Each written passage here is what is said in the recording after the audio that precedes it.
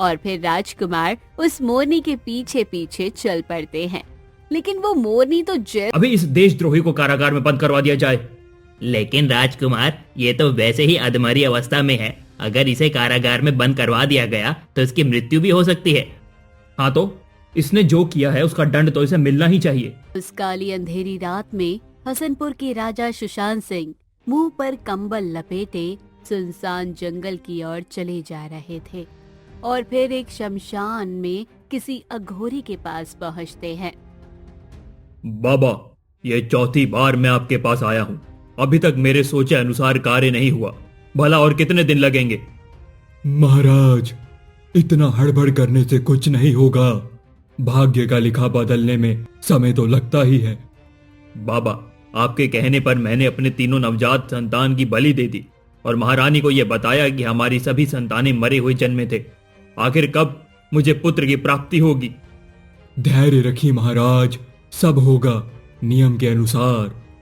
आपने अपने 3 संतानों की बलि दे दी है और अब आपको पुत्र की प्राप्ति अवश्य होगी।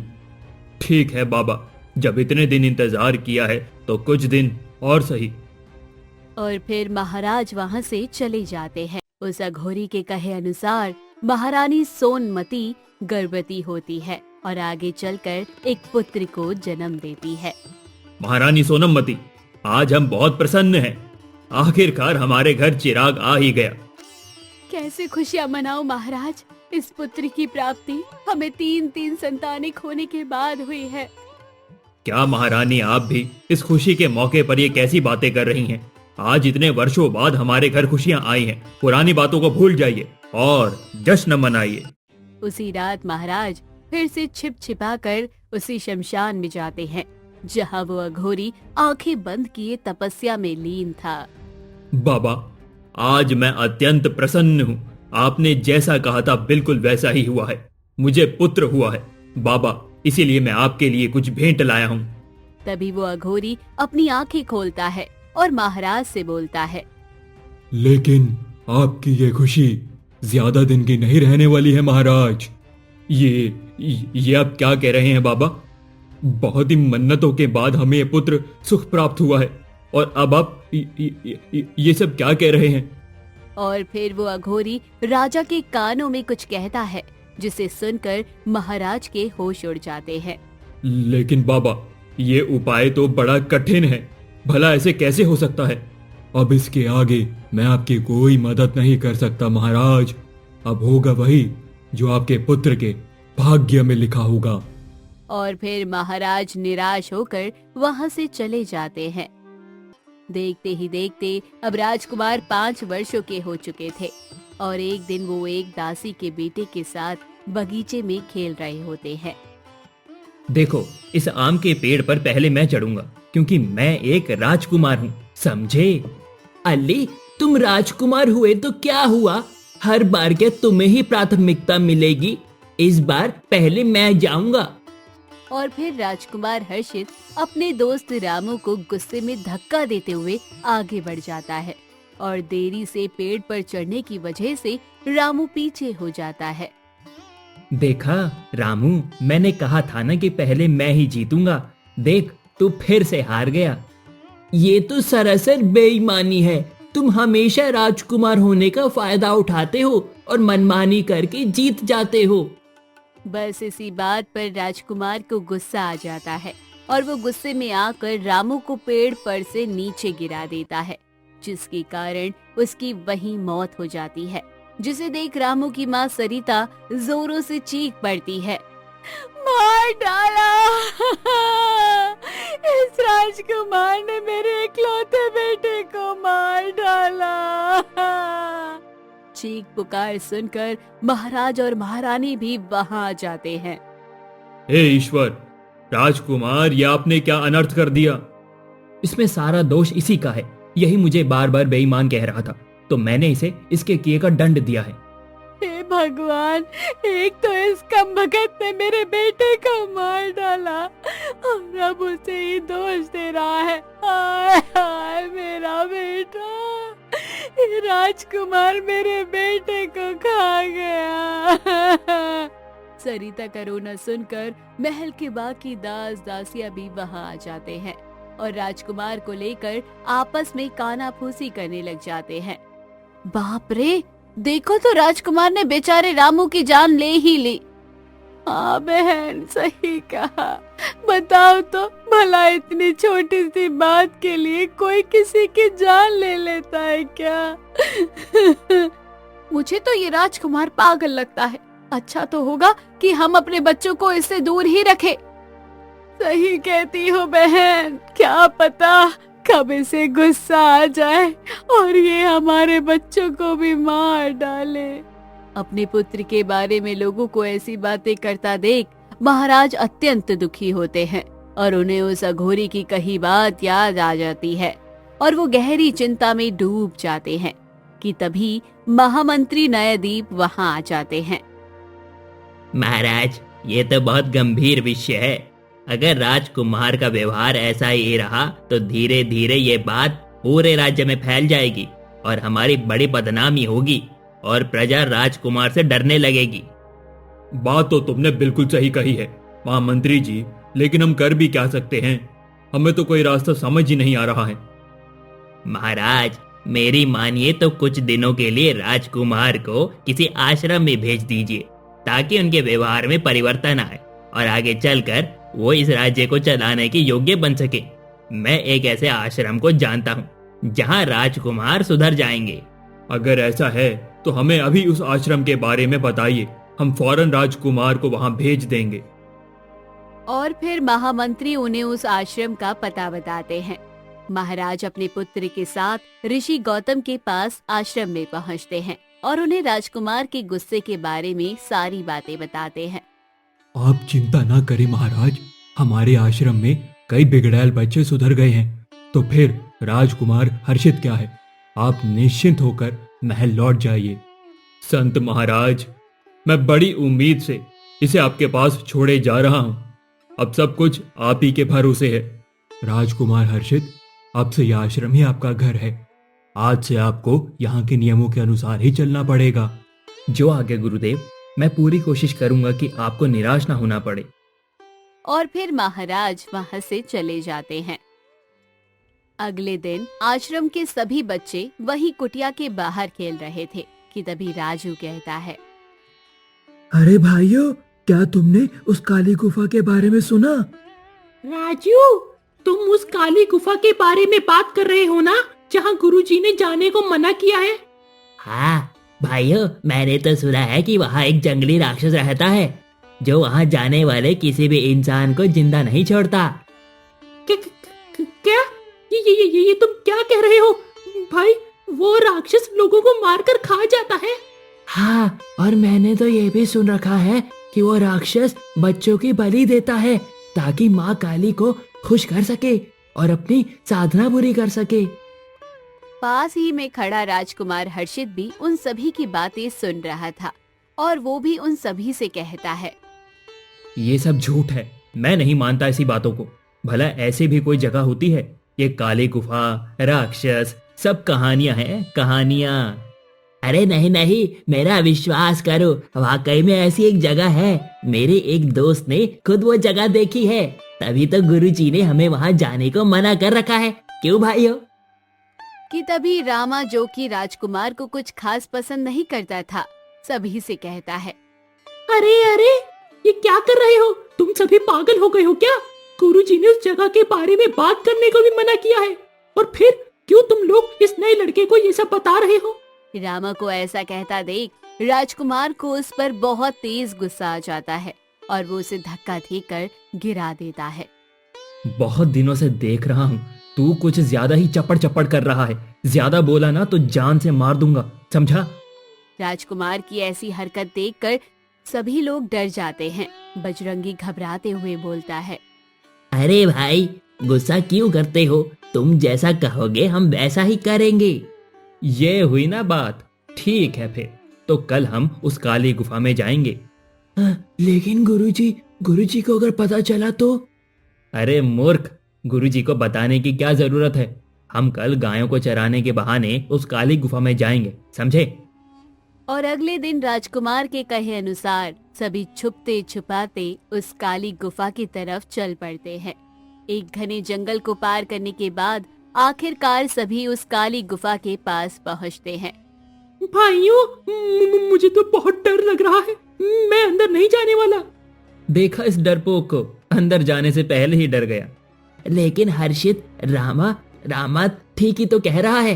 क्या अंदर जाना ठीक होगा? गुरुजी ने इस जगह आने से हमें मना किया था। यहाँ बहुत खतरा है। लेकिन सभी के लाख समझाने पर भी राजकुमार किसी की बात नहीं मानते और सभी को लेकर अंदर चले जाते हैं। वो काली गुफा अंदर से बहुत ही डरावनी थी, जिसके अंदर चारों तरफ अंधेरा ही अंधेरा था कि तभी अचानक से उस गुफा में से एक बहुत ही डरावनी आवाज आती है, जिसे सुनकर सभी लोग घबरा जाते हैं। भाइयों, लगता है वो राक्षस आ गया। मैं तो यहाँ से जा रहा हूँ। मुझे मरने का शौक नहीं है। और सभी वहाँ से भाग खड़े होते हैं और आश्रम लौट आते हैं। लेकिन अरे रामा कहाँ गया? क्या रामा साथ नहीं लौटा? इसका मतलब उस काली गुफा के राक्षस ने रामा को खा लिया। कि तभी शोरगुल सुनकर गुरुजी भी वहाँ आ जाते हैं। ये किस तरह का शोर है और तुम सब यहाँ क्या कर रहे हो? गुरुजी को वहाँ देख राजू रोने लग जाता है। गुरुजी, अब रामा कभी नहीं लौट कर आएगा। क्या राजू, ये तुम क्या फालतू की बातें कर रहे हो? ये बिल्कुल सही कह रहा है गुरुजी। हमारे रामा को उस काली गुफा के राक्षस ने खा लिया। क्या? लेकिन तुम सभी को वहां जाने के लिए किसने कहा था? मैंने तो वहां जाने से मना किया था ना।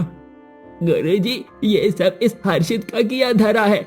इसी के कहने पर हम सभी वहां गए और देखिए, हमारा रामा मारा गया। इतनी बड़ी घटना के बाद गुरुजी राजकुमार को उस आश्रम से निकाल देते हैं और राजकुमार हर्षित वापस अपने महल में लौट आता है। हे भगवान, जिस बात का डर था वही हो रहा है। महामंत्री जी, राजकुमार को आश्रम से भी निकाल दिया गया। अब क्या होगा? आप चिंता ना करें महाराज। कई बार बच्चे समय के साथ साथ सुधर जाते हैं। शायद राजकुमार भी वक्त के साथ ठीक हो जाए। समय बीतता चला जाता है और राजकुमार बड़े हो जाते हैं।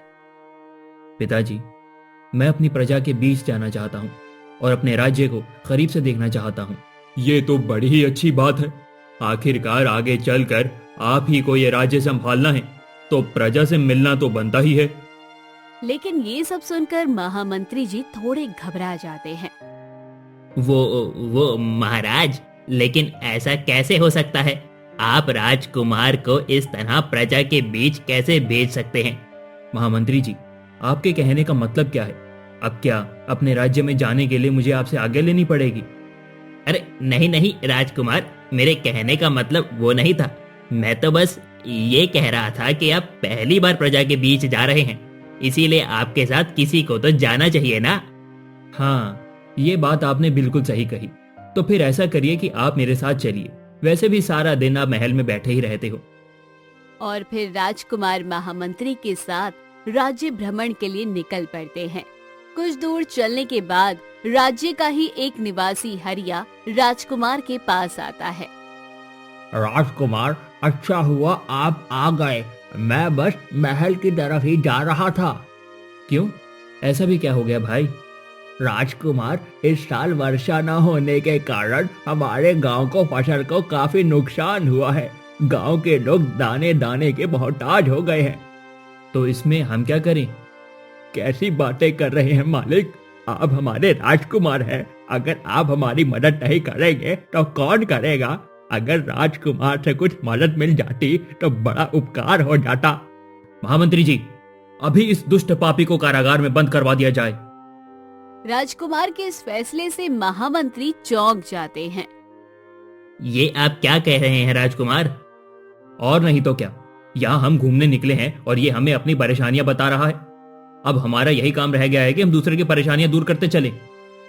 राजकुमार, राजा का तो यही कार्य होता है कि वो अपनी प्रजा की तकलीफों का समाधान करे।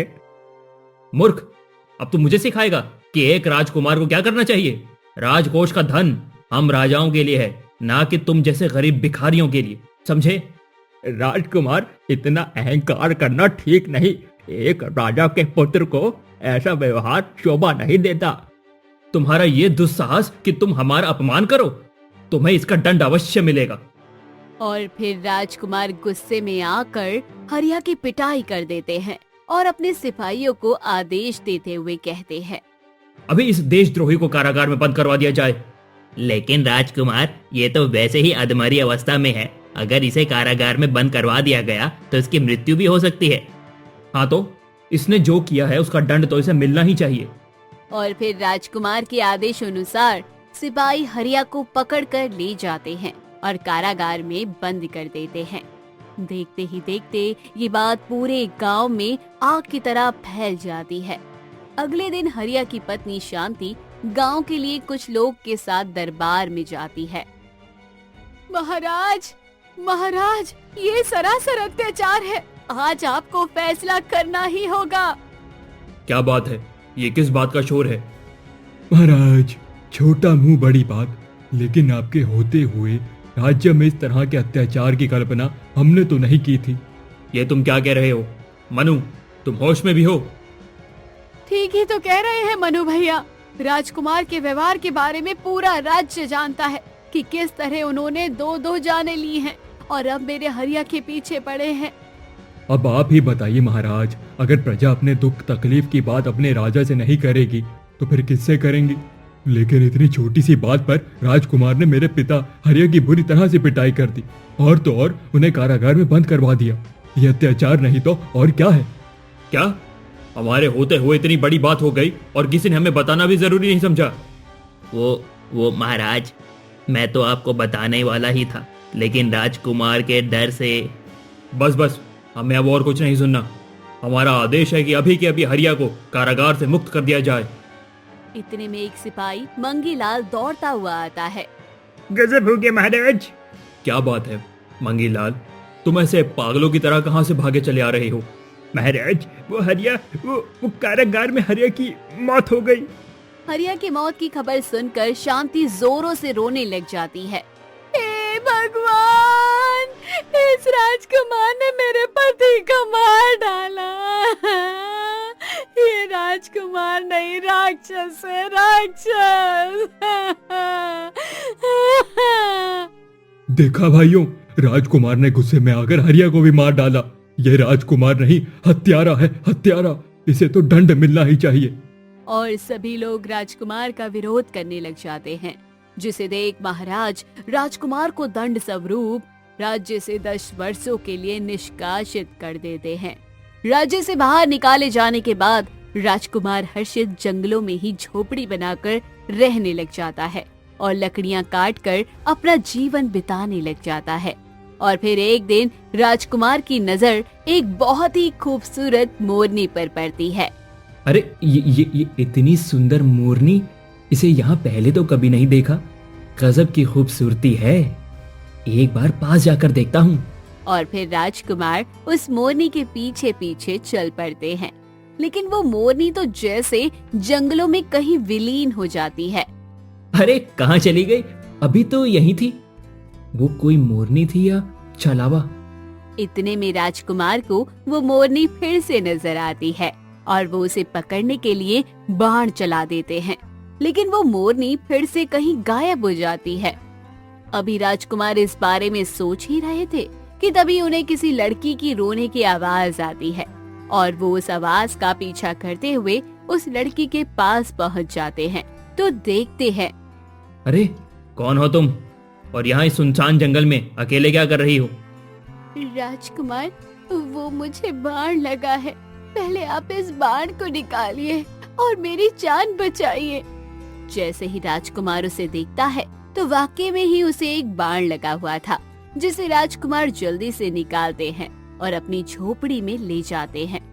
तुम इस सुनसान जंगल में क्या कर रही थी और तुम्हें ये बाण कैसे लगा?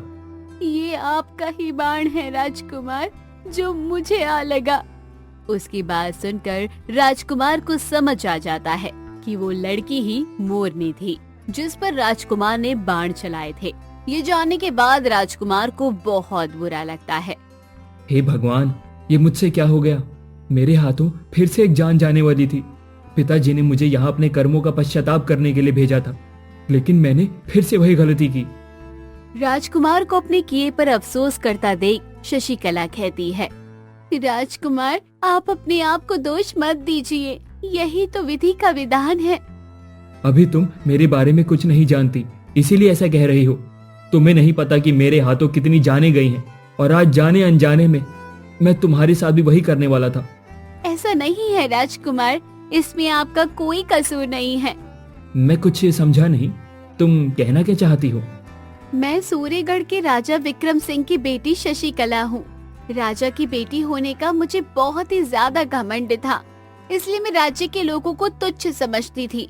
और फिर एक दिन, राजकुमारी लगता है हम राज्य से बहुत दूर आ गए हैं, हमें फौरन महल लौट चलना चाहिए, मुझे बहुत डर लग रहा है। एक रानी की सखी होकर तुम इतना डरती हो? तुम्हें पता है ना हम कौन हैं? सूर्यगढ़ की राजकुमारी, हमें किसी बात से डर नहीं लगता। कि तभी राजकुमारी को एक बहुत ही सुंदर फूल दिखाई पड़ता है। अरे वाह, कितना सुंदर फूल है, मुझे ये अभी के अभी चाहिए। लेकिन राजकुमारी, उस पेड़ के नीचे कोई ऋषि महाराज तपस्या कर रहे हैं, अगर मैं उस पेड़ के नजदीक गई तो उनकी तपस्या भंग हो सकती है। क्या तुम्हारी इतनी हिम्मत कि तुम मेरी बातों को काटो? ऋषि हो या कुछ भी हो, उन्हें हमारी इच्छा पूर्ति के लिए मार्ग से हटना होगा। और ऐसा कहकर राजकुमारी बिना एक पल की देरी किए उस पेड़ के पास जाकर उस सुंदर से फूल को तोड़ लेती है। लेकिन फूल तोड़ते वक्त पेड़ से एक बड़ी सी डाली टूटकर उस ऋषि के ऊपर गिर जाती है। कौन है वो दुष्ट जिसने मेरी तपस्या में विघ्न डाला? इसमें इतना गुस्सा करने वाली क्या बात है? एक डाली ही तो गिरी है, इसमें कौन सी आपकी जान चली गई? मूर्ख लड़की, तुझे इतनी भी बुद्धि नहीं है कि एक तपस्वी से कैसे बात की जाती है? तुम्हें ज्ञात भी है कि कितने वर्षों से मैं तपस्या कर रहा था, जिसे तुमने क्षण भर में भंग कर दिया। अच्छा, क्या आपको ज्ञात है कि मैं कौन हूँ? मैं सूर्यगढ़ की राजकुमारी हूँ, राजकुमारी। मुझे जो वस्तु चाहिए होती है उसे मैं हासिल करके ही रहती हूँ, फिर चाहे मार्ग में कोई भी आए, मुझे फर्क नहीं पड़ता। राजकुमारी की बात सुनकर ऋषि मानक और भी ज्यादा क्रोधित हो जाते हैं और बोलते हैं, तुम्हें अपनी राजकुमारी होने का बहुत घमंड है ना? जा, मैं तुझे श्राप देता हूँ कि तू एक मोरनी का रूप लेगी और तेरी सुंदरता इतनी ज्यादा होगी कि जो कोई भी तुझे देखेगा उसे तेरा शिकार करने का मन करेगा, और एक दिन तू दर्दनाक मौत मारी जाएगी। कि तभी राजा विक्रम अपनी पुत्री को ढूंढते हुए वहाँ आ जाते हैं और उन्हें सारी बात पता लग जाती है। नहीं नहीं ऋषि महाराज, ऐसा अनर्थ मत कीजिए, ये मेरी एकमात्र संतान है, अगर इसे कुछ हो गया तो मैं कैसे जीवित रहूंगा? राजा के आग्रह करने पर साधु महाराज को उन पर दया आ जाती है और वो उन्हें इस श्राप मुक्ति का उपाय बताते हैं। महाराज, आपकी पुत्री ने जो दुस्साहस किया है उसका दंड तो उसे भोगना ही पड़ेगा, और उसे इस श्राप से मुक्ति तभी मिलेगी जब इसी के जैसे किसी अहंकारी राजकुमार के बाण इसे लगेंगे, तभी जाकर शशिकला को इस श्राप से मुक्ति मिल पाएगी। और तभी से मैं आपके इंतजार में थी राजकुमार, ताकि मुझे इस श्राप से मुक्ति मिल सके। राजकुमार की बात सुनकर राजकुमार हर्षित भावुक हो जाते हैं और बोलते हैं, आज तक मैंने हमेशा दूसरों का नुकसान ही किया, लेकिन आज पहली बार मेरे हाथों किसी का भला हुआ है। शायद अब जाकर मेरे कुछ पाप कट जाएं और अब मेरे हाथों किसी की जान न जाए। इतने में वहाँ राजा सुशांत सिंह उसी अघोरी के साथ आते हैं जिसे वो अक्सर मिला करते थे। अब तुम्हें चिंता करने की कोई आवश्यकता नहीं है पुत्र, क्योंकि तुम्हारे दुख के दिन अब खत्म हुए। मैं कुछ समझा नहीं, आपके कहने का मतलब क्या है, और आप हैं कौन? पुत्र, यह अघोरी बाबा हैं जिनके कारण आज तुम जीवित हो। पिताजी, ये सब आप क्या कह रहे हैं? मुझे कुछ समझ में नहीं आ रहा। और फिर वो अघोरी राजकुमार को सच्चाई बताता है। महाराज की कुंडली में संतान पीड़ा लिखी थी, इसीलिए उनकी एक भी संतान जन्म के बाद केवल 3 महीने ही जीवित बचती। इसीलिए महाराज को उन सभी की बलि देनी पड़ी। इस समस्या के समाधान के लिए महाराज अक्सर मेरे पास आया करते थे। मैंने अपनी दिव्य दृष्टि से उन्हें बताया कि अगर वो अपनी 3 संतानों की बलि उनकी मृत्यु से पहले ही दे देंगे तो चौथी बार उन्हें पुत्र की प्राप्ति होगी। लेकिन लेकिन क्या बाबा? लेकिन जब तुम्हारा जन्म हुआ तो तुम्हारी कुंडली के अनुसार तुम्हें पितृदोष था। तुम्हारे हाथों 4 लोगों की मृत्यु लिखी थी और आखिर मृत्यु के बाद तुम स्वयं भी जीवित नहीं बचते। लेकिन अगर किसी कारण से वो आखिर मृत्यु टल जाती है तो तुम्हारी जान भी हमेशा हमेशा के लिए बच जाएगी। इसीलिए हरिया की मौत के बाद मैंने घबराकर तुम्हें यहाँ जंगल में भेज दिया ताकि तुम्हारे हाथों और कोई अपराध ना हो पुत्र। लेकिन ईश्वर की कृपा से हमारी प्रार्थना स्वीकार हुई और इस लड़की की जान बच गई और तुम्हारे ऊपर से भी मौत का खतरा टल गया। अब राजकुमार को सारी बात समझ आ चुकी थी, लेकिन उसे इस बात का बहुत दुख होता है कि उसके भाग्य की वजह से पहले रामू, रामा और फिर हरिया की जान चली गई। पिताजी, इसमें मेरी भी गलती है। मैंने अहंकार में आकर हमेशा अपना आपा खोया है, जिसके कारण मैंने दूसरों के साथ दुर्व्यवहार किया है, जो एक राजा के पुत्र को शोभा नहीं देता। और अब मैं अपनी गलती सुधारूंगा। और फिर सभी महल लौट जाते हैं। महल पहुंचकर राजकुमार सबसे पहले अपनी प्रजा से क्षमा मांगता है और गांव वालों की मदद करता है। तो दोस्तों, कहानी कैसी लगी कमेंट बॉक्स में जरूर बताइए। चैनल को जरूर सब्सक्राइब कीजिए।